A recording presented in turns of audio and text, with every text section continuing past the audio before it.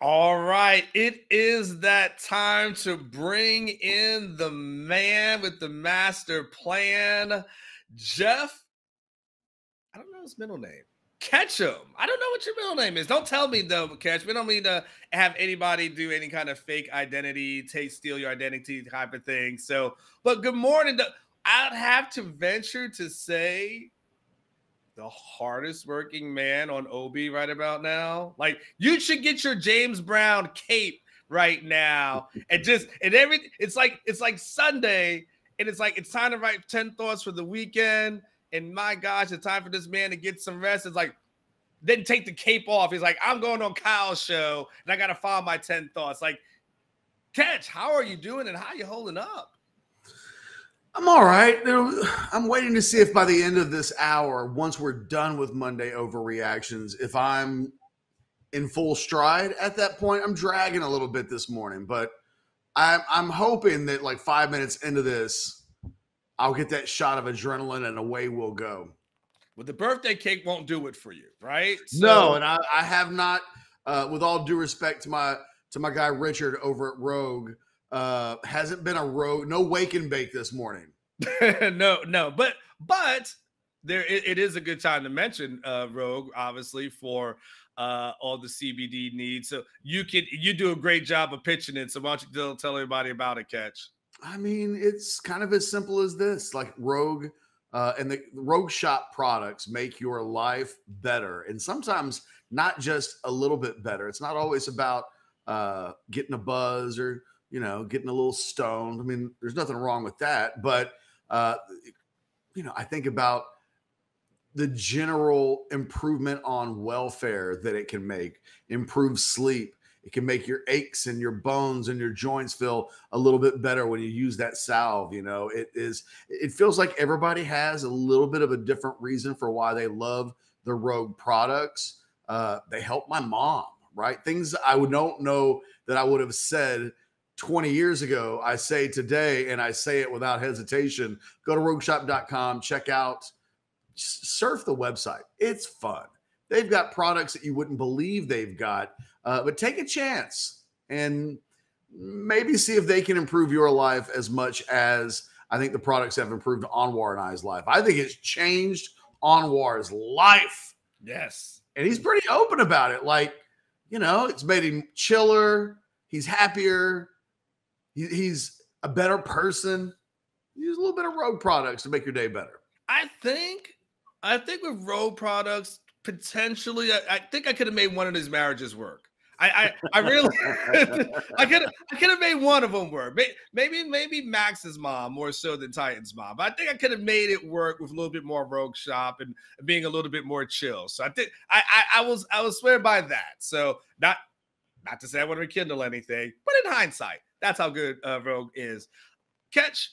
So when we think about this upcoming week, I don't know where your head's at, but I kind of feel like I know where your head's at, right? And so, does it start for you? And is it kind of a continuation of last week? Is it about Quinn for you as relates to Alabama? Is that the thing that is kind of rolling in your head? I don't want to speak for you if there's other things, though. Well, I think the single most concerning thing from Saturday's performance against Rice is another thing you should have added to the list of things you were wrong about. That's the Texas offensive line. I've had my foot on the brake with that group all offseason long. I think it was overstated how good they were a year ago with Bijan Robinson and Roschon Johnson in the backfield. I think there was a sense that group performed better than they did when the interior of that offensive line was a real problem all season long last year. Now, they got by. They made it work. You wouldn't say that group defined the season, but I don't know that group made a lot of improvement yet. I mean, it's still a really young group. We could talk about the likes of DJ Campbell. He's been on campus for 15 months in his Texas football career. He's into his second season. He's not yet a plus player. I don't look at Jake Majors as a plus player. Hayden Connor, weirdly, might have had a worse game than DJ Campbell did. I think that entire interior group is a question mark. I think it's going to take time. I wonder if it happens in the 2023 season for that group.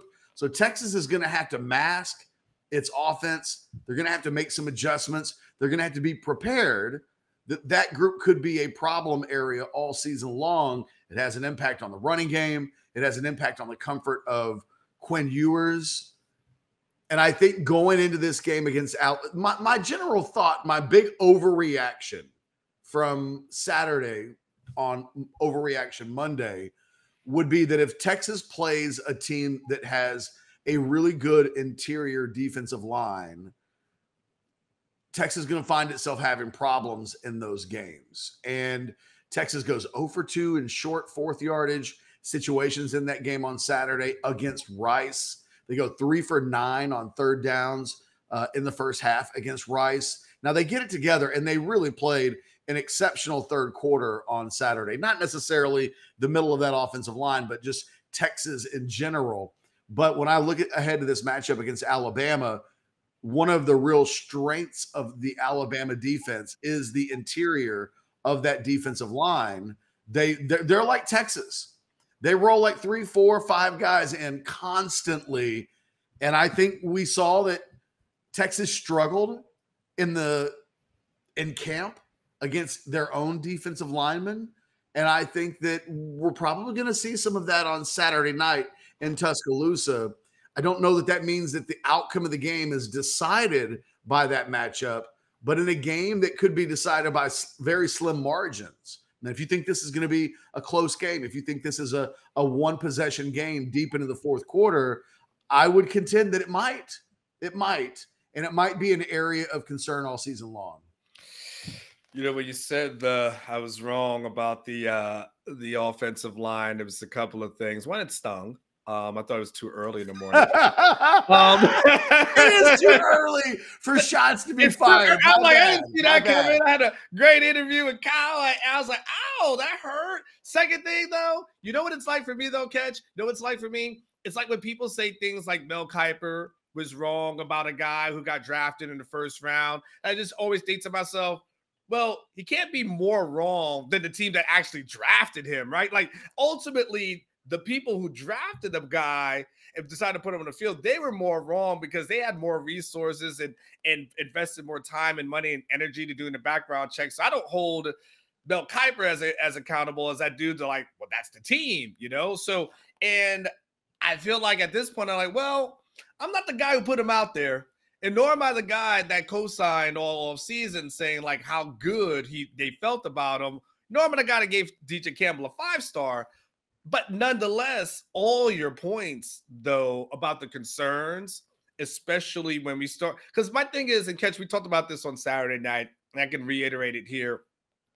You can tell me that, hey, Rice, or you held back things against Rice. I could totally get that from a play calling thing.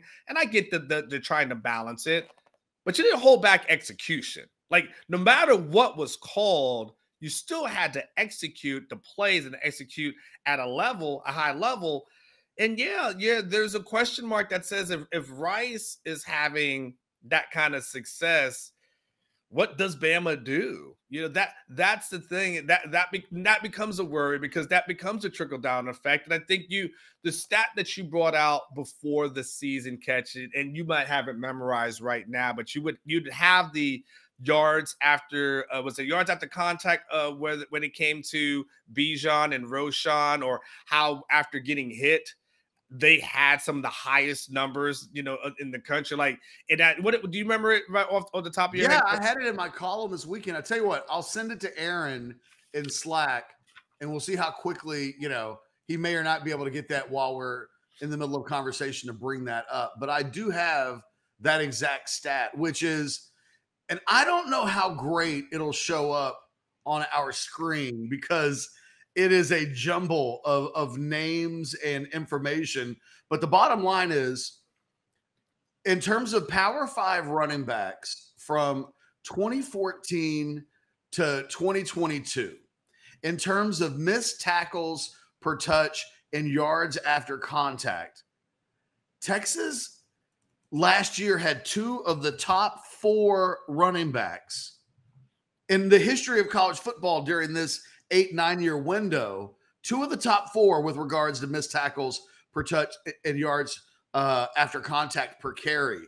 And you can look at that list and you'll recognize in that top quadrant, oh yeah, there's a lot of names that I recognize. Oddly enough, if you look at the worst, Jonathan Gray is one of the 4 worst running backs. I talk about shots fired. Jonathan Gray just trying to go about his business. But you'll look at this graphic. I sent it to Aaron, but there's no way to get around the fact that Bijan and Roschon are at the very top of those 2 categories. And if you have 2 of the top 4 running backs over the course of a decade from all Power 5 running backs that ever played, and those 2 guys are great when it comes to missed tackles per touch and yards after carry per touch, it does indicate that however good you thought the offensive line was, they're probably aided by the fact that you had 2 guys that do so much on their own. So what would it look like when you take Roschon and Bijan out? Here it is. You can see the graphic now. So at the very top of that graphic, and it is hard to see. If you're on YouTube right now, you can probably see it a little bit better. I don't have the screen, but at the very top of that list, you can see Roschon and Bijan in that top right quadrant. It just speaks to how incredible those 2 guys were. You take those 2 guys away, and I think we saw a running game yesterday or Saturday that was missing 2 of their special running backs. Whatever we want to say with any of the guys that played, Jonathan Brooks, even Jaden Blue, who I thought played really well, CJ Baxter, those guys aren't Bijan and Roschon. Not yet, anyway. So the Texas running game is a work in progress, and I think we saw that against Rice. They couldn't just line up and blow Rice off the football.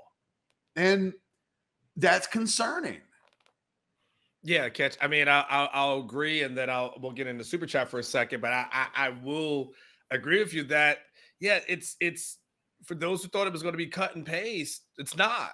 And so like you said, when you got guys like that can hide a multitude of sins, like that can hide some deficiencies, and you're able to get away with it. But you don't have a guy who's established himself as a top 10 pick, right? That happened, right? You can't ignore that in an era where they say, you know what, you can find a running backs, they grow on trees, you don't have to take one.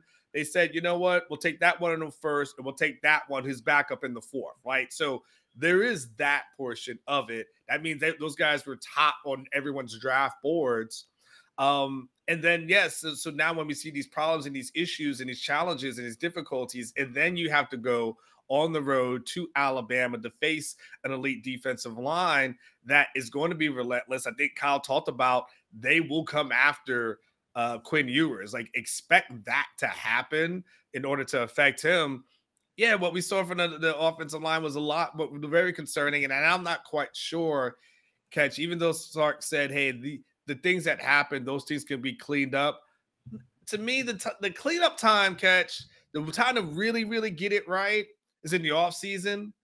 Very hard when you're doing game prep. Like every week, every practice is practicing plays, getting ready for the team. Like now's not the time to like, hey, let's go over the fundamentals of such and such. Like, you don't have much time for that within these limited amount of periods. So it becomes a little bit more difficult. But okay, we do have some super chats, Catch. So I definitely want to make sure we get into those before we go too far down here. El Presidente, Catch. It's good morning to you, El Presidente. We got to talk about some of your picks. Catch, what is the Cole Hudson status? DJ Campbell is still having a hard time adjusting from right tackle in high school to right guard and a 3 technique right on top of him. So, I mean, if anybody thinks Cole Hudson is remotely the answer, you're living in Willy Wonka land at this point. Cole Hudson is behind DJ Campbell because they think DJ Campbell is the superior player. Now, the reality with DJ Campbell is that he's a second-year player, and that I think one of the downsides of having a guy like Kelvin Banks be such an incredible player almost he was almost like add water, instant All-America left tackle. Is it deludes the mind with regards to what the proper amount of expectation should exist for the rest of the mere mortals. DJ Campbell's a 5-star guy who's starting in the first game of his second year. That's really good. But in reality, it takes a while. I mean, Kelvin Banks is such an outlier because almost every other great offensive lineman that I've ever covered in 30 years at the University of Texas, and I know the last year has been bleak, or the last 10 years has been bleak, but there have been some great ones. They take time. And we look at that 2005 offensive line that wins a national championship. It took Jonathan Scott, a 5-star offensive tackle. He redshirted, and then it took time. It took time with Casey Studdard. It took time with Lyle Sinline. Justin Blaylock is one of the best offensive linemen that the school's ever had. He redshirted. And when he started in the first game of his redshirt freshman year, he was good, but he wasn't nearly the player that he eventually became. Texas fans, because they have to, because the offensive line was in such dire straits that when the 2022 recruiting class comes in, the expectation is those guys have to be good right away. We haven't, because of the circumstances at Texas, really allowed those guys to grow and develop at a pace that I think you will see future Texas offensive linemen be able to grow at a certain pace. These guys are kind of taking the licks for future offensive linemen that won't be nearly as rushed into playing right away.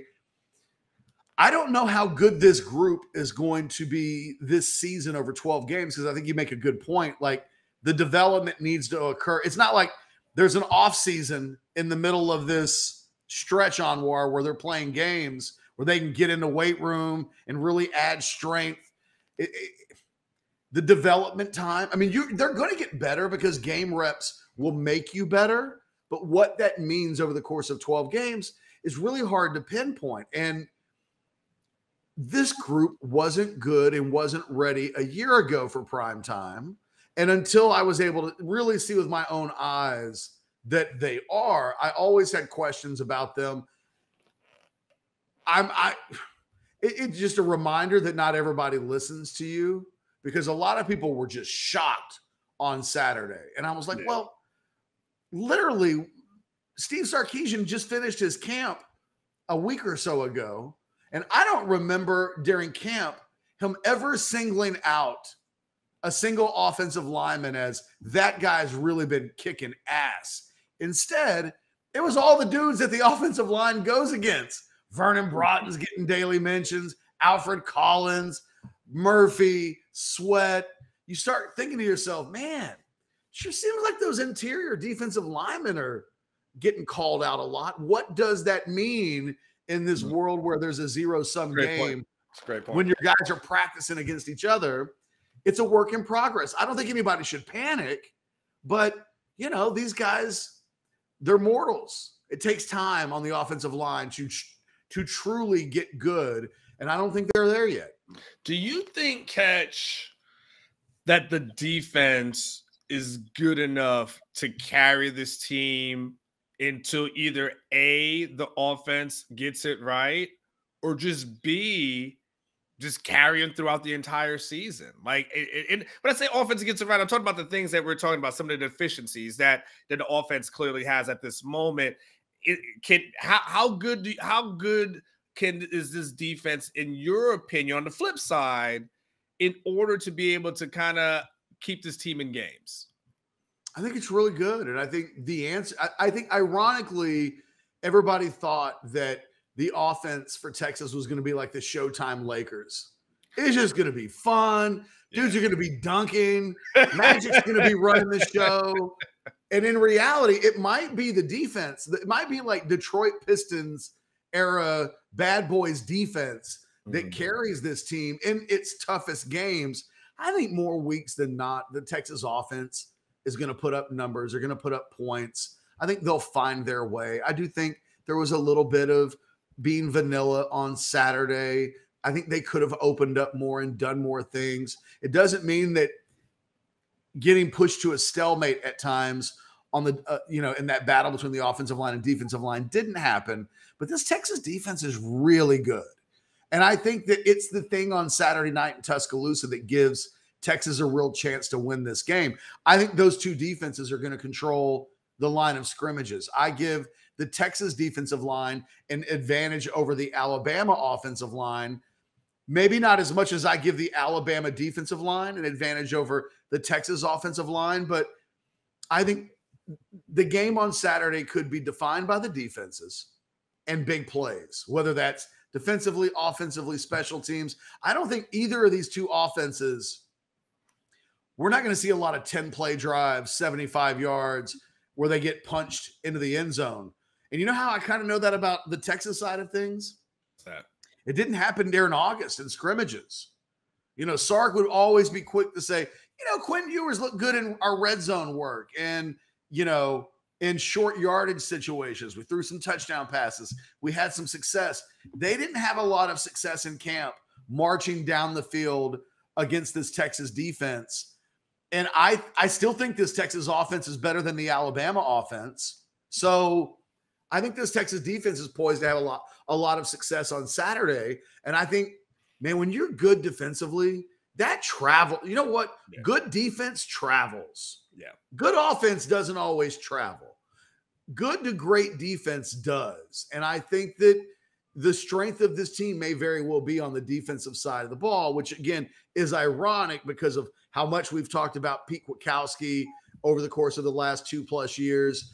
They did have some turnover on that side of the ball. You lose Keandre Coburn, Moro Ajomo, Deshaun Jameson in the back end, DeMarvion Overshawn. These are all NFL guys. These are all guys playing in the league. You lose that and you wonder what it means on Saturday. And so far with this team, it doesn't seem to mean much.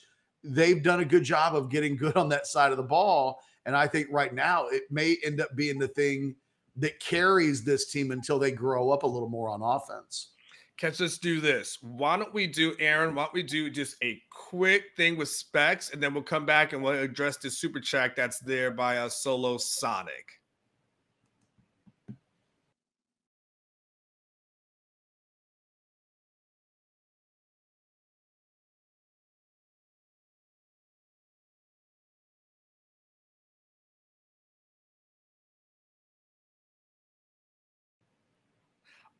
Catch, I'm waiting to do a live remote from Specs, and I just don't know what it's going to take for that. I'm going to be sitting in the aisles at a Specs aisle. As much as I love Rogue products, I would definitely be at Specs as well. So I just needed you to make that happen. Is all I got to say. It's just make it happen for me. Me and El Presidente would do that. We got two super chats that are in here.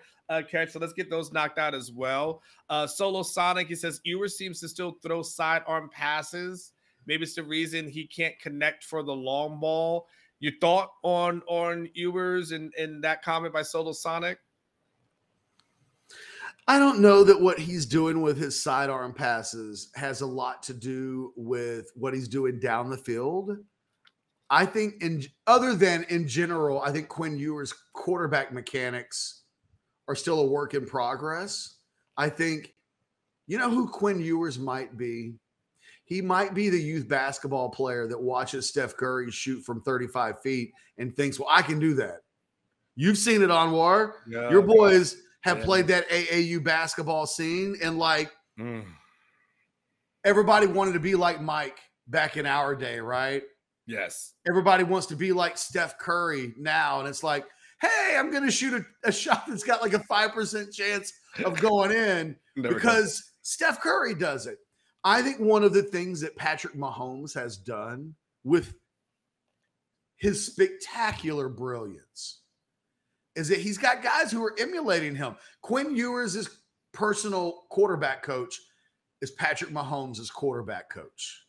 But Patrick Mahomes is special, not in 2023 terms, in the history of the sport terms. Yeah. What he does is a little bit like Steph Curry. We ain't ever really seen anybody do that before. And I think because now he's been around long enough, You've got guys who've grown up with this mindset of, I'm going to do it like that. I'm going to have different arm angles, and I'm going to have my footwork. I'm going to throw off my back foot, and I'm going to jump up into the air and throw the ball. And you do all these things. Patrick Mahomes can do that. If you are trying to do what Patrick Mahomes does, even with all of that arm talent that Quinn Ewers has, it doesn't mean that it comes off the same all the time. And I think that it was disheartening on Saturday to see that Ewers' basic quarterback mechanics aren't really any different than they were a year ago.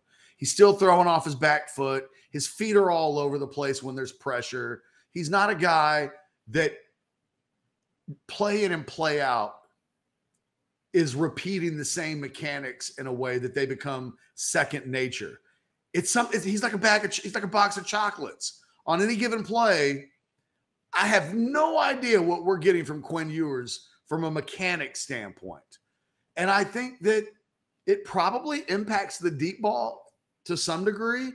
I'm a little mystified how that can be so bad. I mean, I have always stood behind Quinn and said, hey, Troy Aikman had trouble throwing the deep ball all the way into the early years of his NFL career. And he eventually figured it out.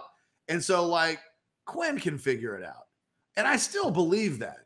But I could not believe how bad the deep balls were on Saturday, to the point, and here's what Texas fans have to stop doing. Stop enabling. Stop pretending that somehow it's the receiver's fault for being 5 yards open and not being able to come back. I saw even Quinn after the game said, well, I threw it up in the air and the guys could come back and like fight for the ball. And that's what I'm trying. What? Dude, hit these dudes when they're open. Don't throw them out of bounds. Don't tell me that, well, there should have been 2 pass interference penalties because I underthrew the ball so much that the DBs ended up running into the receivers who were otherwise wide open. That's an area of his game that's just got to get better.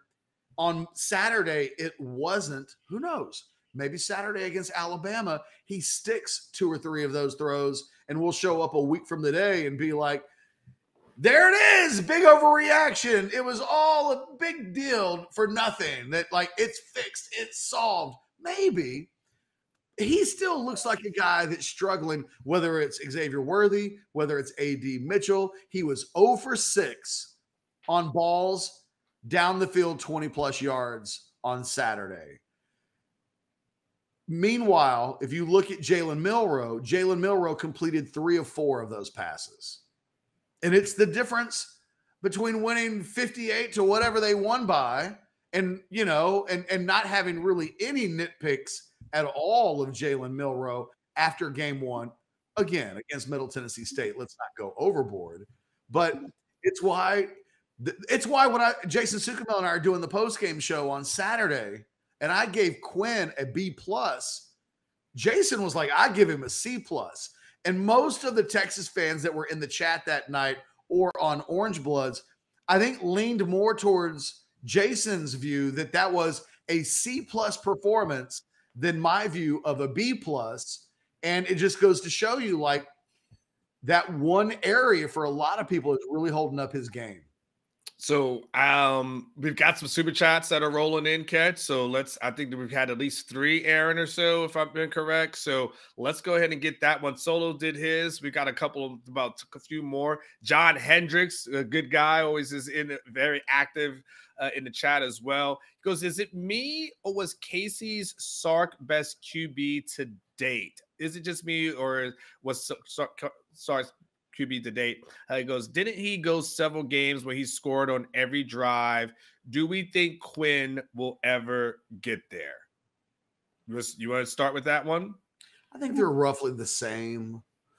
Casey Thompson, when he replaced Hudson Card in 2021, he got the benefit of a couple of easy games on the schedule following that Arkansas game, and he lit it up. Then he has the big Oklahoma performance. Well, Quinn Ewers had an equal Oklahoma performance to some degree. He won the game. They won 49-0. Casey was historically good in that game. And a lot of it could come down to injury. We just didn't see that from Casey consistently following the Oklahoma performance once the hand injury existed. I think Quinn's been that good to a degree. But, there's a reason why Casey Thompson isn't the quarterback now, wasn't the quarterback a year ago. There's a reason why Sarkisian never committed to him during that season. Wasn't good enough. And I think Quinn's making some slight improvement. He looked like a more comfortable quarterback. And look, if we want to talk about week one performances, 2022 versus 2023, Quinn had 2 touchdowns in 2022. Quinn had 4 touchdowns on Saturday, 3 passing, 1 rushing. He I think had negative rushing yards in the opener in 2022. He actually made a few plays with his feet that converted first downs when the Texas offense really needed some first downs to be converted. He didn't turn the ball over on Saturday, which, look, that's not insignificant. If Texas is going to have a chance to win on Saturday in Tuscaloosa, turnovers are going to have to be kept to a minimum.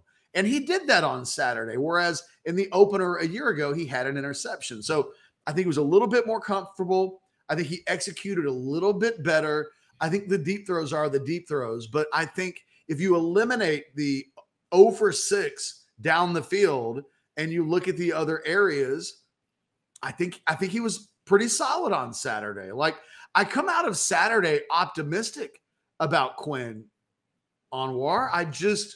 We know what the problem area is, and we don't at this point have there's no proof to suggest that area is better, but everything else, like, I think he was okay. I think he was a 169 game rating tells a story. And if he does that in every game, and granted, better competition around the corner, but you take 169 on Saturday against Alabama, I'll tell you that. So, we'll see. I mean, there are concerns, but I also thought there were some positives that you could hang your hat on. And I don't know enough Texas fans have been focusing on the positives, which I do think exist. Yeah, I mean, overall, Catch, the numbers, where if we're being fair about it, right? He doesn't play the fourth quarter at all. So, if we took Malik's numbers and added that in there, Texas quarterbacks go 22 of 36 for 300 and 3 touchdowns. So, I mean, maybe if he plays all 4 quarters, you get over that 300 mark. Maybe you connect on a deep ball, something to that effect. So there is reason, for a hope. It's not like Malik came in and threw a touchdown pass either. So there's something to be said for what he was able to, accomplish. I think the big thing that you talked about, Catch, not only the lack of turnovers, not only from, the interception standpoint, but I mean, he did get hit. He had some pressure that was in his face. And so, he didn't make bad decisions when you just said to yourself, like, where the hell was that ball going? How did he not see the safety come across? Like, did he not see the linebacker where, those things could happen. We saw it all Saturday. And we saw the TCU quarterback, look like that guy where you go, oh my God, like, how did you miss that? Why are you throwing over there? So there wasn't anything to that effect. Now, clearly, obviously, Colorado's a little bit better of a team, but we get to my overall point. So I think there's some encouraging points there, Catch. And the question about Casey, versus him, I think it's fair at this point. The QBRs aren't that far off from each other. Casey is who he is. I mean, he threw 5 touchdowns this weekend against Monmouth. So, which is kind of what I would expect Casey to do. Probably the same thing I would expect Quinn to do if he was doing the same competition. So now it's just, like you said, going on the road, there will be another level of expectations that it can't just be, okay, he was really good at making some good decisions. Like, he's got to make plays, like, at that point. Like, that's the thing I think you're saying. Like, when you go against Bama, you got to have a quarterback that's going to make these plays and make some of the difficult throws. that need to be had. And if he does that, and we feel like he has the capability of doing that, yeah, then hopefully it'll be Victory Monday. And it'll be good around here. So good question, John. I know that we got two more, Aaron, two more super chats. It looks like J Harv 07, if I'm seeing that correct. This is an interesting one, Catch, because you pondered this on Twitter, which of course I told people earlier, like the Tech fans or like the Beyonce Beehive fans, like the moment you mention them, they just swarm and attack you on Twitter. I did that to troll Tech fans. That's all that was. It's all that was. Does the Tech loss to Wyoming move the needle for Micah in any way? I probably would say if it did, probably in a positive way. Once you get to this point of the recruitment, he's a senior in high school. The recruitments are like 24 months in the making. Individual games at this point in the year don't typically impact recruitments. I would think that if Micah were watching that game, yes, there's embarrassment in losing to Wyoming, but I also think that can work two ways. Micah Hudson probably thinks, I could have played in that game. I'll play as a true freshman. And had I been on the field for Tech against Wyoming, well, we win that game by 2 touchdowns because they have so much confidence in themselves. So I think it's a double-edged sword. It is embarrassing, but if you're looking at a school that you're really into, because I used to see this, Texas would get its ass kicked by Oklahoma all the time in the early part of the 2000s. It never impacted recruiting. It never did. Oklahoma would beat Texas 63-14, and the OU coaches would be so frustrated because it never moved the needle with recruits, because those guys more than not were leaning to those schools for reasons that go beyond a Wyoming game. And more times than not, in their minds, they think, well, this just means I can play earlier because they could use me right now. We'll see. It's too early. Maybe it did. Maybe it did change Micah's view of his recruitment, but my instincts say it probably didn't do that much.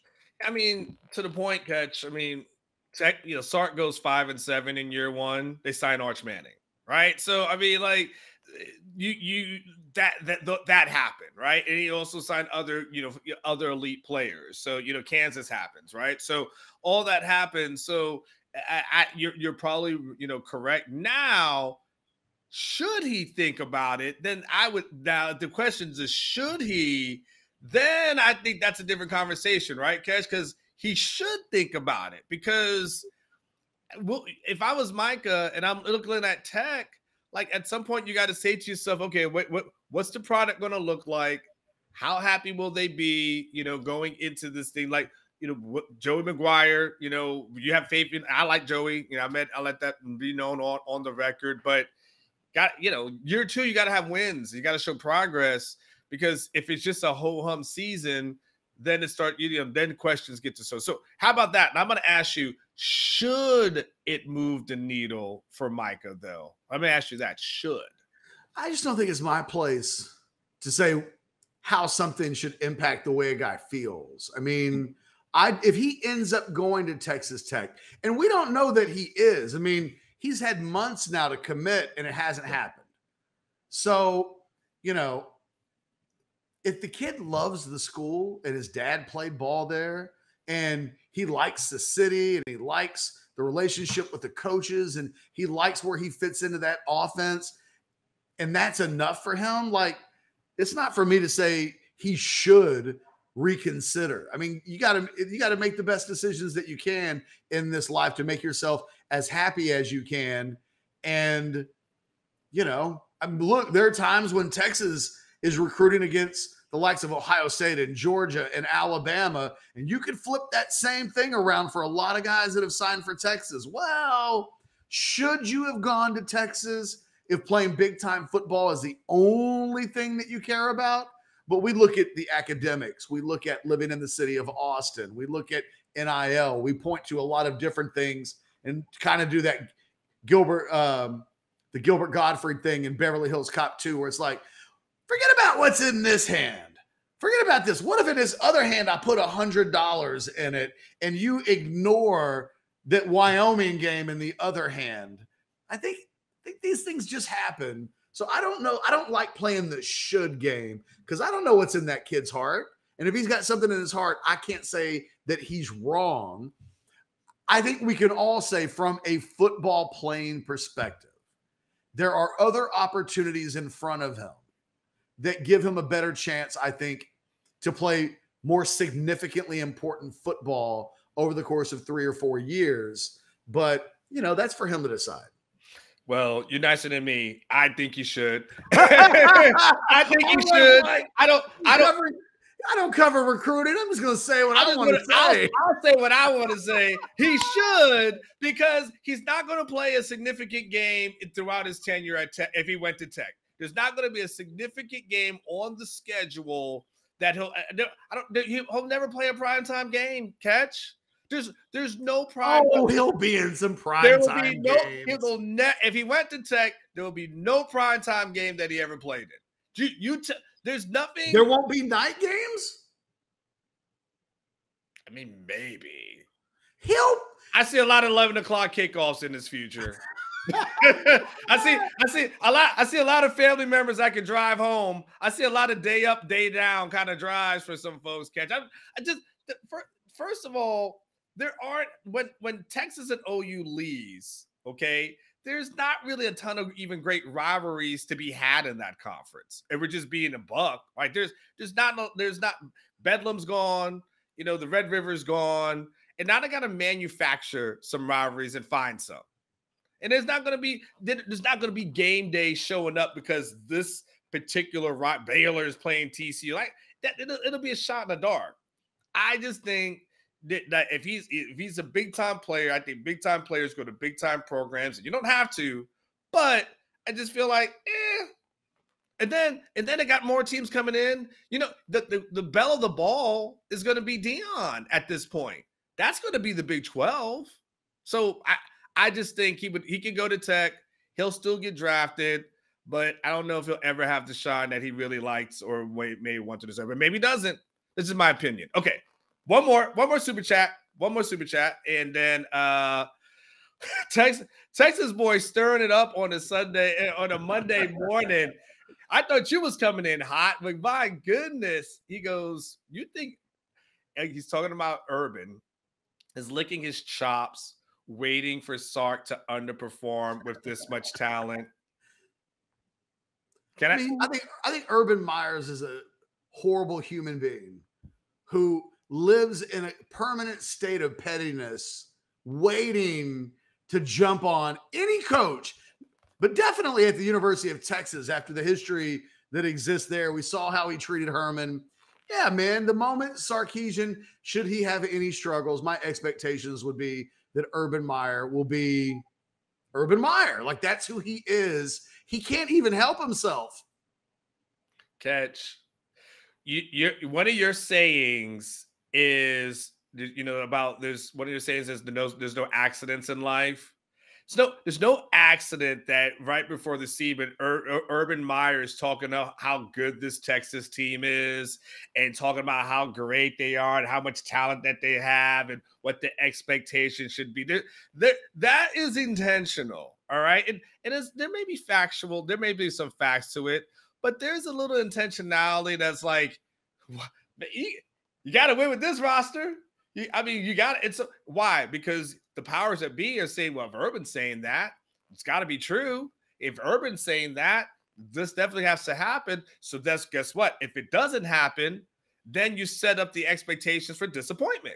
That's what it is. And Urban, Catch, you and I would say, and it's fine. It's my show. I can say whatever the hell I want to say. I feel like you and I covered the Urban situation just about as good as anybody else in the market or the country. We know how close that thing was, how it could have been, there was an offer there for him that he could have taken. And he just decided that he slow played it. And then he just decided at the end of the day, he would go to Jacksonville. And he made the wrong decision. Like, the things he did in Jacksonville, you can't get away with in the NFL, but you get away with in college. Yeah. Like, you can get away in college if you just decide, like, I'm not going to ride back with the team and I'm just going to go somewhere else. People let that go. And if you do certain dumb things, they'll brush that under the rug because it's college. That's just how this thing goes. He knows he screwed up. And catch the thing about Urban, and he's smart enough to know how many people catch every couple of years someone tries to hire Art Briles, right? He's just waiting for that thing to just get further away enough where somebody just says, all right, forget about it. Urban's like, I didn't do that many bad things.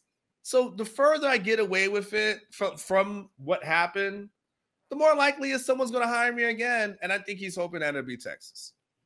I think he's playing a game of I win, because if Texas is great, he can point to, hey, I said it first. I was right. If he's wrong and they're terrible, then he gets to jump on them and attack, which is what he wants to do more than anything else anyway. I think he'd rather attack and go for the throat than actually be right. So either way, he gets a dopamine hit, right? He either gets to be right and everybody gets to pat him on the back and say, what a great analyst you are, or he gets to bring out the daggers, and he likes that even more. Yes. And by the way, no coincidence in life. Again, to rebuild my image, we do this Netflix Tim Tebow thing, and people just remind everybody how much I used to win. It's like, hey, I was a winner at Florida, and then I put God's gift to football right next to me. So I got Tim Tebow just saying how great of a person I am.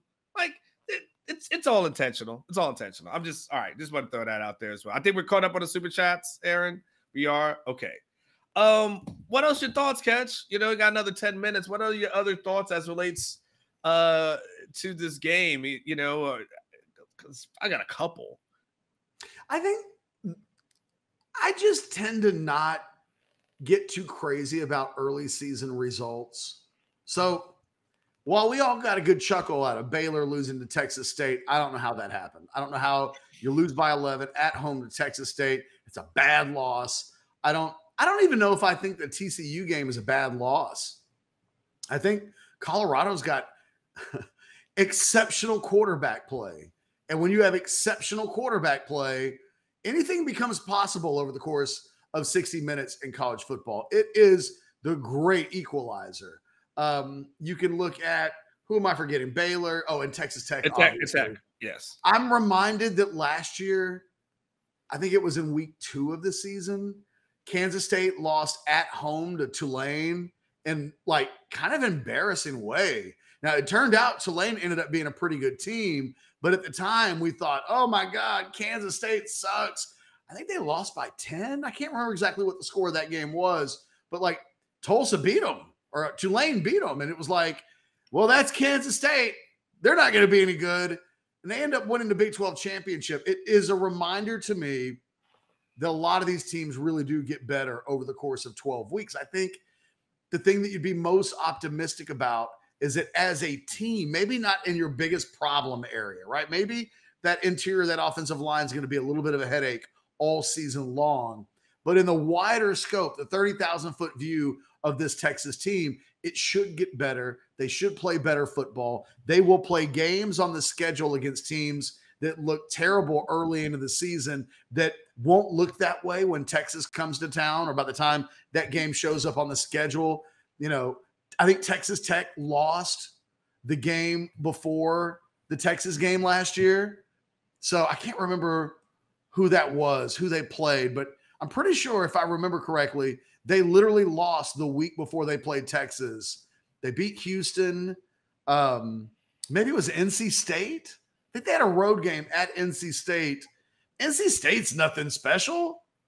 And they ended up losing that game by, I think, like 2 touchdowns. And you'd come away from that thinking, oh, well, Texas is going to roll them because look how awful they look early in the season. And then they play, and nothing that happened in the first 3 weeks of the season ends up mattering in the 4th week of the season. So I would be careful to look at the Baylor, TCU, and Tech games and assume that, because I would say this, if Texas had played Wyoming on Saturday, that'd have been a 4th quarter game. I mean, not that Wyoming would, I just think Texas struggled to kind of put Rice away until the third quarter. Wyoming is a better opponent. That'll be an interesting game in a couple of weeks. Suddenly, the Wyoming game way more interesting. Looks a little more interesting than it did. Yeah, but catch. I was thinking about it this morning. We were told. I was thinking about the hopes of getting, the backups, because we talk, okay, you get Malik in, you get Arch in against Rice, and you get these guys some reps against Wyoming.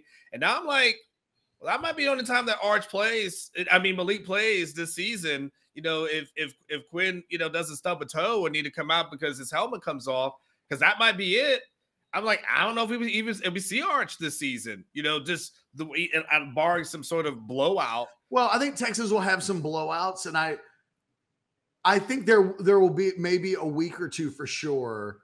If they're true to the backup quarterback situation is even, then maybe the next time the backup quarterback comes in during mop-up duty, it's actually Arch Manning. I don't know. We'll see. I think it'll be interesting to see. We knew for the first game that Malik was going to come out first. But, I don't know that means it will be that way the entire season. It comes down to the way the Texas coaches want to manage that situation. They have 4 games to play with regards to Arch's eligibility that, they can do some stuff with if they want to. I think Saturday played out like we thought it would. Malik would be the first guy off the bench because if he wasn't, you're telling him at that point that you're behind Arch and that he's the guy. And suddenly I think the transfer seed, if it was already planted, you're adding water to it. I'll to finish that thought. I think the games. Well, look, I don't know that Texas wanted to play Colorado in week 1. Maybe that's the way that game. Maybe the Colorado TCU game is a game that we're going to see a lot this year in TCU games. They may not be good defensively, but they're going to score points offensively. They've got a really good quarterback. And I think Baylor and Tech will get better. Will they be very good to great? No. But will they be, I think, at home against Texas later in the season? And Tech obviously will be coming to Austin. They lost to Texas State. I hear some of the other programs you've named, but it is Texas State, Catch. They'd had one win just a couple of years ago. Just telling you, when Texas goes to Waco at the end of this month, that game will be different than the opener. If that game is different, that I know, and I know we always try to connect the dots, right? At least, and Alex has a saying for that, like this team beats this, so therefore this one beats this one. Like Alex has some really good saying as relates to that. I'm just saying, if we're talking about a fourth quarter game with Baylor that just lost to Texas State, I'm just gonna have a lot of questions. You should. I'm not telling you that if that happens, you shouldn't. Okay. You're talking about a guy who thinks his team's going 9-3. I don't think this team is what we saw from Florida State last night. And by the way, this will be my ultimate Monday overreaction hot take. You know what I want from Quinn Ewers? Okay. I want what you said earlier about Sanders. I want to watch him play football and see him play as if his life depends on it. Because I watched that Florida State LSU game last night, and the thing that stood out to me about both quarterbacks, they left everything out on the field. They wanted to play. They didn't care if somebody got in front of them. They would go through them. They played the game with urgency as if the outcome of that game would decide the rest of their life. Sometimes it feels like Quinn's a little too cool for school. And if I'm Quinn Ewers and I show up at the postgame press conference and someone asks me about the deep balls, I'm like, man, that's not good enough. I got to do better because I'm trying to feed myself. I'm trying to get to being in the league. I'm trying to be an All-American. I'm not showing up in the postgame press conference and saying, I kind of did what I wanted to do. I gave them a chance to catch the ball. What in the world kind of mentality is that? Oh, well, don't worry about me underthrowing my receivers significantly because we could have had 2 pass interference penalties.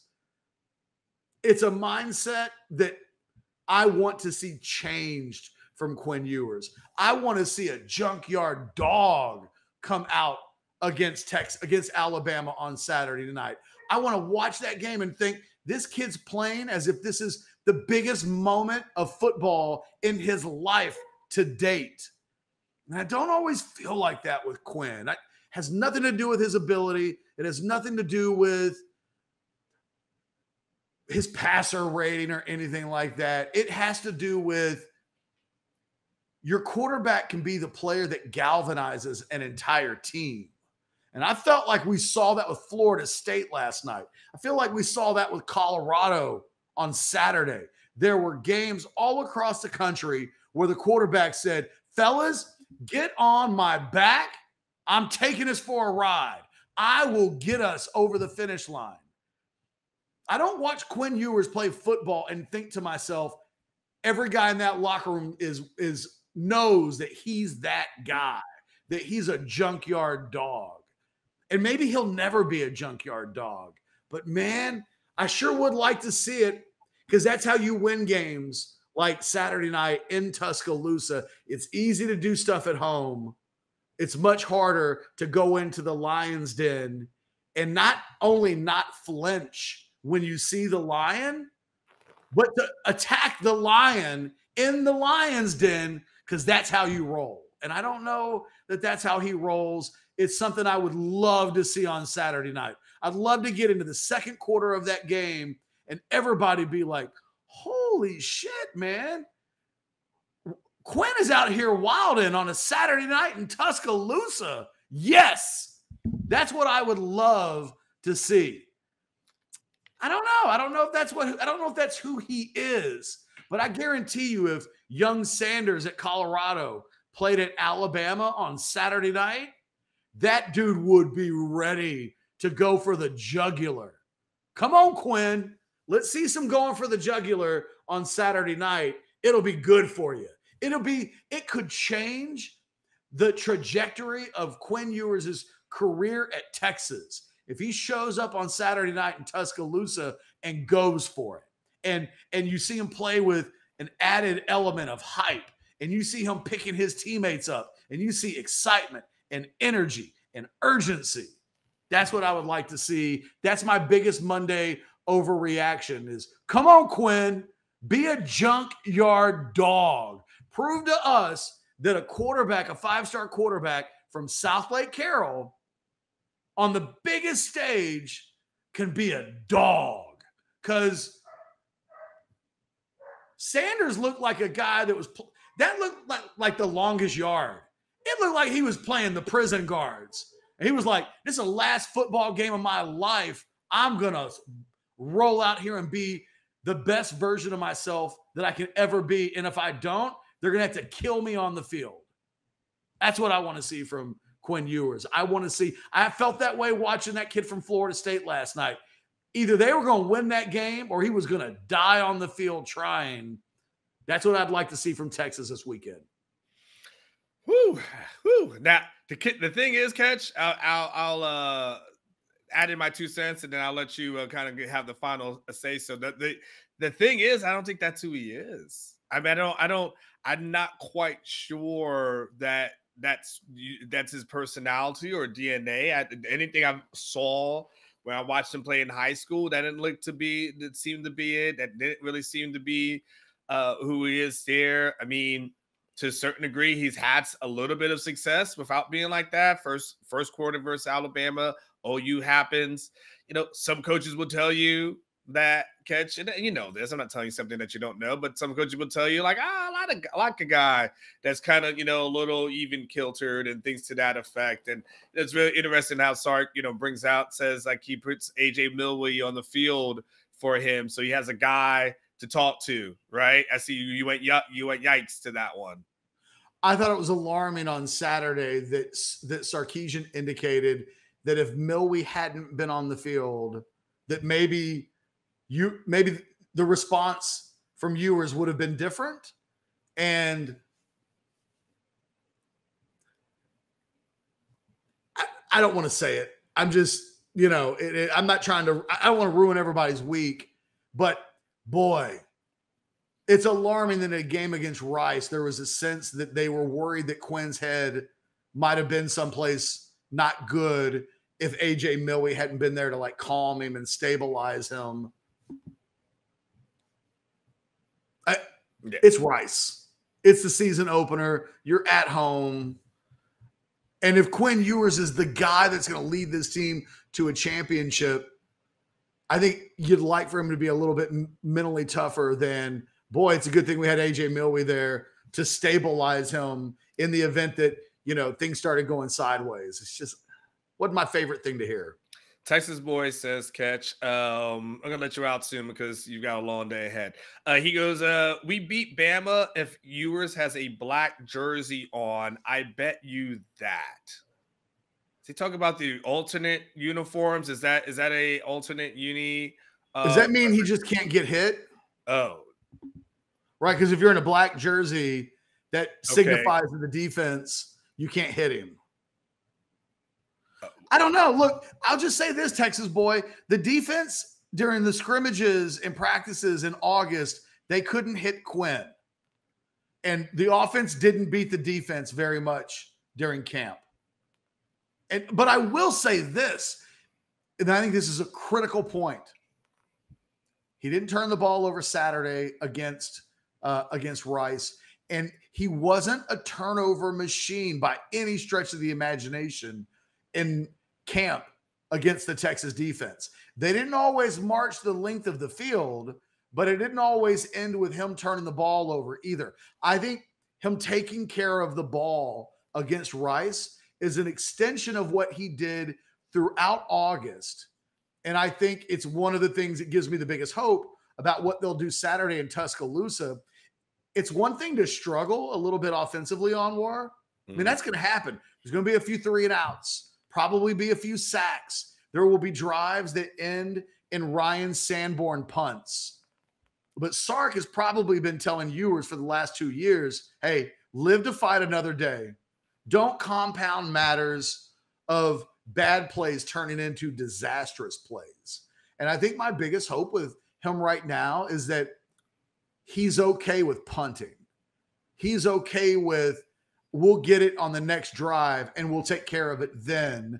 We're not seeing, at least we didn't on Saturday, there wasn't one play where you turned around on War and went, ooh, Quinn got lucky on that one. That could have been 6 going the other way. He didn't have any throws like that. They weren't all completed.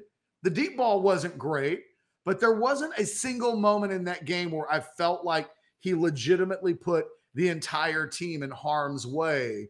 He's going to need that Saturday in Tuscaloosa, because one of the ways that Texas can win that game on Saturday, don't turn the ball over. Correct. Don't turn the ball over. That is a gigantic step forward in potentially winning that game. Let your defense try to turn Jalen Milroe over, because that game could come down to the winning team is the one that has the quarterback that made the fewest errors. And I could see Quinn at this point getting through that game, not turning the ball over a lot. And that's how you put your team in a position in a close game. And I think the first 1-24 wins on Saturday. I don't think this thing's playing to 30. So you don't have to score on every drive, but you do have to make sure disaster doesn't occur.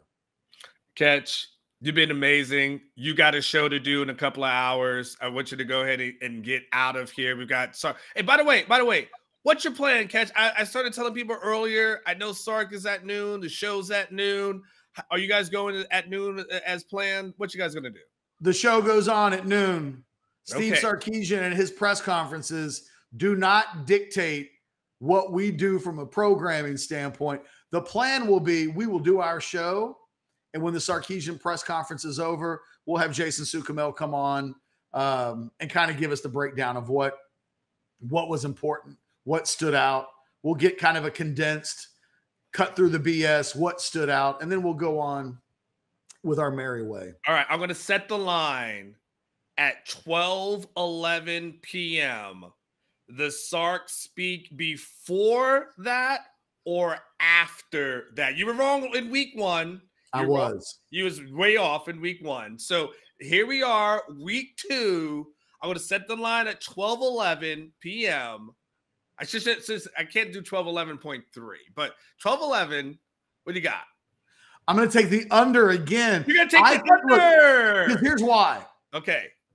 I think they know they've got to be on time for Alabama week because there will be there will be guys that show up at Belmont today to do the press conference that you don't normally see on game weeks. I think they realize there's no way he's going to be on time at 11 o'clock.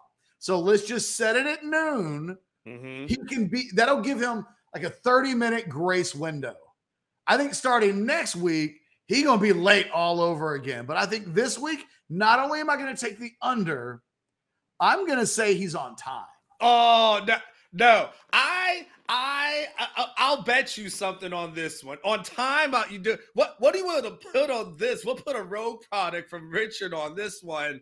We'll put a cartridge on this. I'm telling you, I told you my theory last week was, okay, it's week 1. He's got a lot of different things that's going on. And so there's no way he's going to be on time. And he wasn't.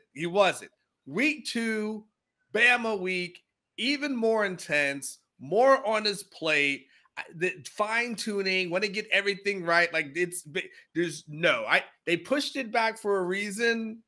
And even that, I don't think is going to be enough time for him. He's going to be on time, Anwar. I'm taking the over on this one, and I'll be messaging you at 12:12 to tell you lost again. They moved the press conference back an hour. Yes. So that he could be there on time, and you still think he's going to be late. The only way he would have been on time, he's that person that you got to tell them that the event starts earlier for them to be on time. If they told Sark his press conference started at like 10:30, he would be there at 11. If they told him the press conference started at 11:30, maybe they haven't told him. So if Bianco is smart, Bianco's like, hey, Sark, presser at 11:30, and then it starts at noon. Yes. Maybe that's how you should do it. Maybe he sent an email to the media, hey, today's press conference availability will begin at noon. But Sark doesn't know that. Probably not. Sark just be taking his time. Gotta get the hair ready. He definitely gets the hair ready for sure. That's important. I think they know that the national media will be paying attention. The out-of-town media will be there on time. I think this was a move to ensure that his ass shows up on time. It only has to happen once all season, but he has to be on time for Alabama. Game day is going to be there. Like, it's a big deal. Yeah. You can't have all these people come in from out of town and then not be on schedule. So I'm going to say, not only do I take the under, I think he's up and talking by 12:02. I will see you on Slack, Catch. I will see you on Slack. And don't be hitting me on Slack because I'll be on Orange Bloods Live. Don't try to distract me. Okay, I won't distract you. But I will know, Anwar. You won't even have to say it. If I'm wrong, I mean, we got people. People are watching this. I will, believe me, I won't forget. You guys go, make sure when you guys check out House Divided at 12:12 p.m., you guys hit up Catch and let him know you were wrong. He'll see it in the chat and he'll understand that, yes, he was wrong. If I'm right, I may just put in my own super chat. I will be gracious in victory, just so you know, Anwar. Right. When I'm right, yes, I will be magnanimous with my reaction. Just letting you guys know in advance. I won't even take a victory lap. I just will say, you know what? Being right is part of what I do, even though I was wrong literally a week ago about this very topic. All right, Catch, get out, buddy.